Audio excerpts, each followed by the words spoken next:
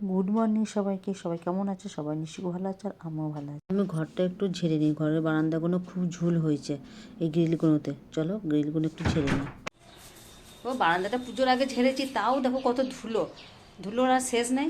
পুজোর আগে সমস্ত সব ঝাড়া হয়েছে। তা আমি দেখছি যে আজকে একটু ঝেড়ে দিই, নাহলে পাপা তো ধুলো বসে যাবে। প্রত্যেকদিনই ভাবছি ঝাড়বো ঝাড়বো, ঝাড়া হচ্ছে না। আমি প্রত্যেকদিন তো একটু ঘরের ভেতরে প্রত্যেক দিনই ঝাড়ি, তাও তো ধুলো শেষ নেই।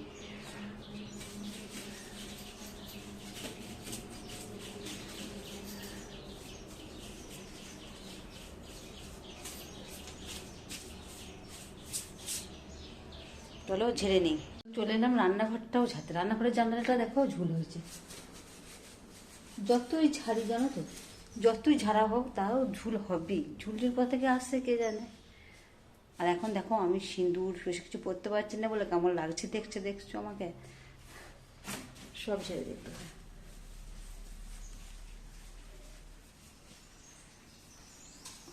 ঝাড়া মোছা না করলে না এখন ধুলো পড়ে যাচ্ছে খুব।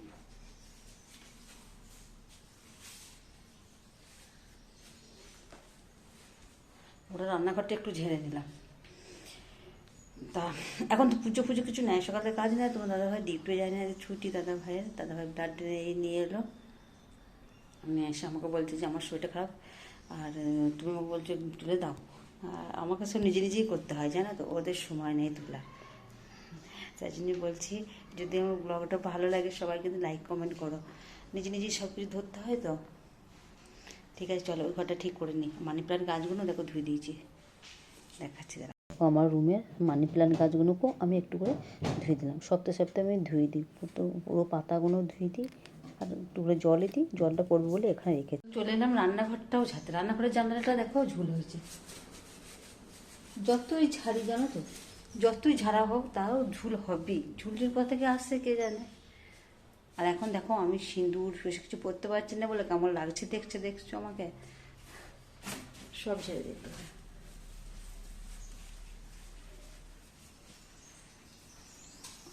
ঝাড়া মোছা না করলে না এখন ধুলো পড়ে যাচ্ছে খুব।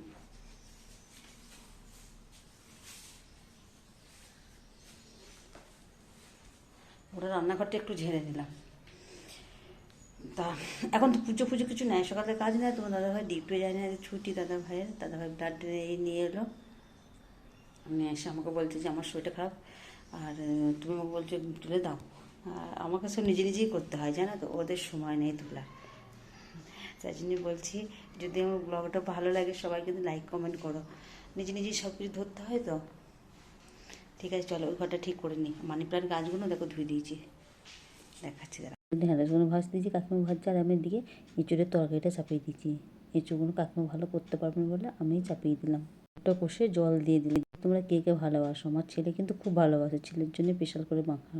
এদিকে আমি আলুটা মেখে ফেললাম, আর ওইদিকে আমার এঁচুড়টা হয়ে এসেছে। আর আমার এঁচুড়টা হয়ে গেল, এঁচুড়ের তরকারি হয়েছে, এদিকে মুগের ডাল হয়েছে, এদিকে ঢেঁড়স আলু ভাজা, এদিকে আলু ভাজা আর চাটনি। দেখো আমার একটা পার্সেল এলো, পার্সেলটা আমি রাস্তা থেকে নিতে এলাম। আমি পার্সেলটা নিয়ে এলাম। পার্সেলটার মধ্যে কি আছে দেখাচ্ছি, দাঁড়াও আমি খুলি পার্সেলটা।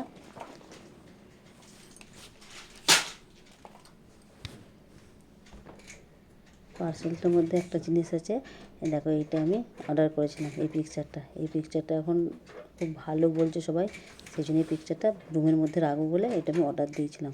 কেমন হয়েছে সবাই বলে কিন্তু, সবাই পারলে একটা করে বাড়িতে টাঙিয়ে নিই। গুড ইভিনিং সবাইকে। সবাই কেমন আছে? সবাই নিশ্চয়ই ভালো আছে আর আমি ভালো আছি। এখন যাচ্ছি বাজার। চলো তোমার দাদাভাই পক্ষীরাজটা বার করো, তোমার দাদাভাই পক্ষীরাজে করে আমি যাব এখন বাজার। বাজারে কিছু কেনাকাটা আছে, ওই ঘাটে ওটা আছে সামনে, সেই জন্যে কিনে নিয়ে এসে তোমার দাদাভাই ছুটি আছে বলে তোমার দাদাভাইয়ের সঙ্গে যাচ্ছি। চলো আমি বাইকে উঠে পড়লাম। আর এখন তো নতুন জিনিস পরতে নেই, সেই জন্য বাড়িতে যেটা পরেছিলাম ওইটা পরেই আমি যাচ্ছি বাজার। আর বাইরে একটু ঠান্ডা ঠান্ডাও লাগছে বাইকের হাওয়াতে, একটু ঠান্ডা পড়েছে। দেখো চলে এলাম বাজারের মধ্যে। বাজারে দেখো এদিকটা খুব ভিড় আছে। আর আমাদের তো রাস্তার উপরে যেন 12 মাসই শুধু বাইক আর টোটো। আর দেখো বজরংবলীর মন্দিরে এখন আরতি হচ্ছে সন্ধ্যেবেলা তো। বজরংবলী পেরিয়ে গিয়েই ওখানে শাড়ির দোকানটা আছে। চলো আমরা এখানেই নিই, ওই জন্য ওই দোকানটাতে এলাম। ওই বাজারের ভেতরে গেলাম না। চলো আমি নেমে পড়লাম বাইক থেকে। তোমার দাদাভাই বাইকটা ওখানে স্ট্যান্ড করছে।